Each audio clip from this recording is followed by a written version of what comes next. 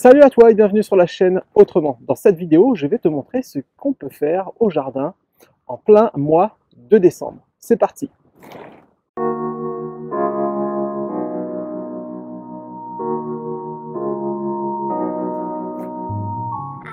Alors, le mois de décembre, contrairement aux idées reçues, on peut y faire plein de choses au jardin.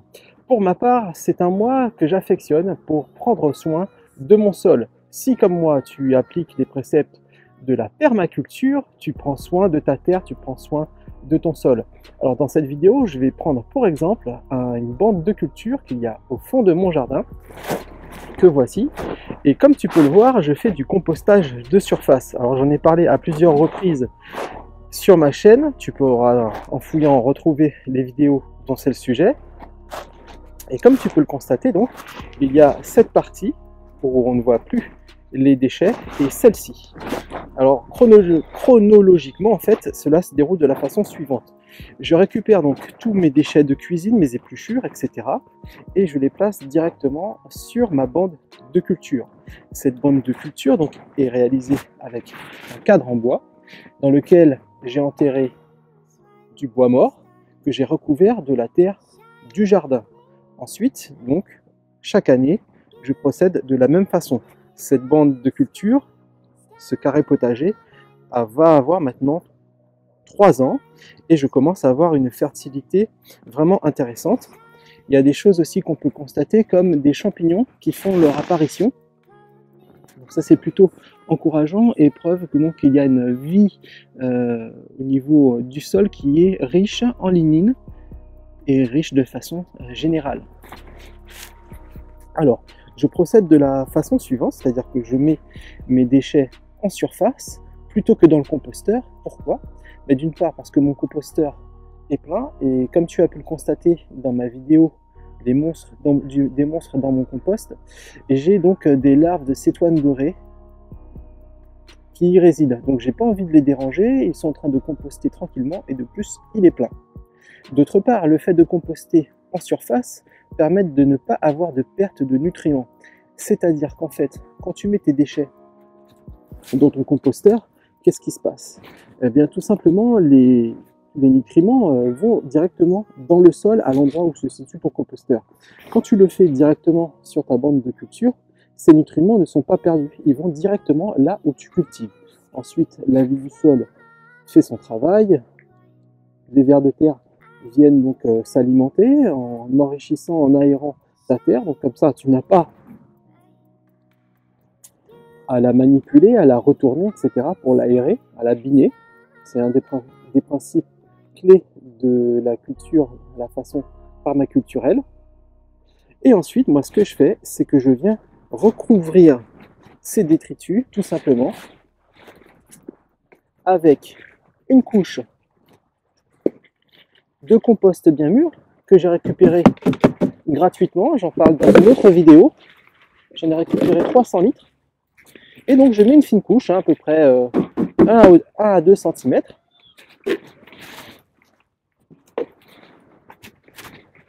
Sur l'ensemble de ma bande de culture.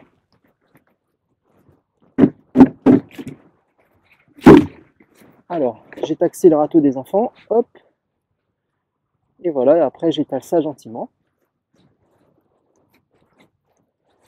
Et tu vas voir, c'est pas tout. Donc on a à peu près 1 à 2 cm de déchets de cuisine, 1 à 2 cm de compost.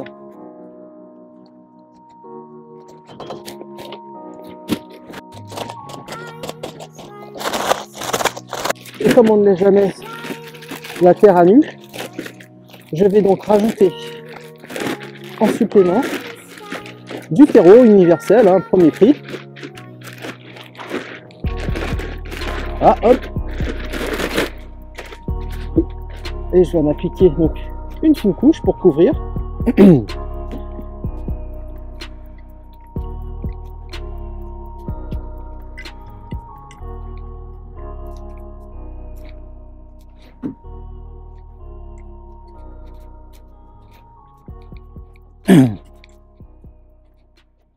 Ensuite, ce que je fais, c'est que je mets une bonne rasade de ma potion magique.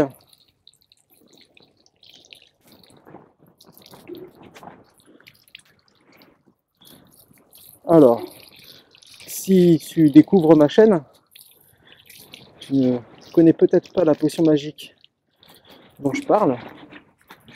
Il s'agit tout simplement en fait d'urine fermentée.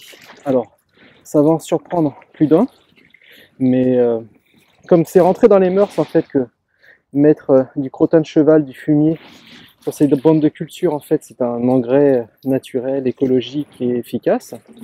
Eh bien, sache que l'urine fermentée, est elle aussi un excellent engrais qui, en plus, a la particularité d'être liquide et donc qui s'assimile beaucoup plus rapidement que le fumier. J'ai testé cette méthode avec succès cette année et donc les mois d'hiver sont particulièrement propices à l'épandage de cet engrais liquide. Alors, si tu veux en savoir plus sur ma méthode pour utiliser ta propre urine comme engrais, sache que j'ai réalisé un petit e-book dans lequel je détaille toutes les façons de l'utiliser, les dosages et le mode d'emploi pour l'utiliser donc sur tes bandes de culture, dans tes carrés potagers ou même dans tes jardinières ou en aquaponie, car là aussi c'est absolument hallucinant comment c'est efficace. En plus, en acquérant ce petit e-book, tu soutiens concrètement, directement ma chaîne. Pour avoir cet e-book, tu trouveras un lien directement dans le descriptif. Donc voilà ce que je fais principalement en hiver au niveau de mes zones de culture. Ici, comme tu peux le constater, c'est un peu le chantier.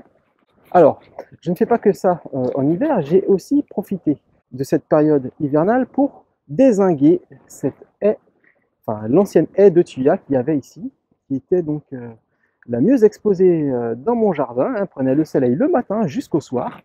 Et donc, c'était tout simplement pas possible pour moi de rester ainsi. Donc, j'ai coupé cette haie qui faisait approximativement 6 à 8 mètres et j'ai pour projet en 2018 de réaliser une serre ici. Cette serre sera inspirée des principes des serres bioclimatiques. Donc, à la base, je voulais me servir de cette balançoire comme structure en la rallongeant, mais il y a eu une forte opposition à la maison, hein, puisque il y en a qui s'en servent encore de cette balançoire. Donc j'étudie d'autres solutions. Si tu as toi-même réalisé une serre chez toi, n'hésite pas à m'en faire part dans les commentaires. Cela aidera en plus l'ensemble de la communauté de mes abonnés. Dans son jardin, il bavarde avec tout le monde. Et donc, si tu as toi-même réalisé une serre, n'hésite pas à partager ton expérience en commentaire ou sur ma page Facebook dont tu trouveras le lien dans le descriptif. Pour ceux qui veulent me soutenir, pour ceux qui veulent soutenir ma chaîne, sache que j'ai créé un compte Tipeee qui te permettra de me soutenir concrètement et sache que cela m'aide vraiment. Pour tous les autres, je vous souhaite d'excellentes fêtes de fin d'année. On se retrouve très bientôt. Et tu verras, j'ai un autre gros projet pour cette année 2018. Tous les fans d'aquaponie devraient être intéressés. Je te dis donc à très bientôt sur la chaîne Autrement. Et n'oublie pas, la résilience est la clé vers la liberté. Ciao!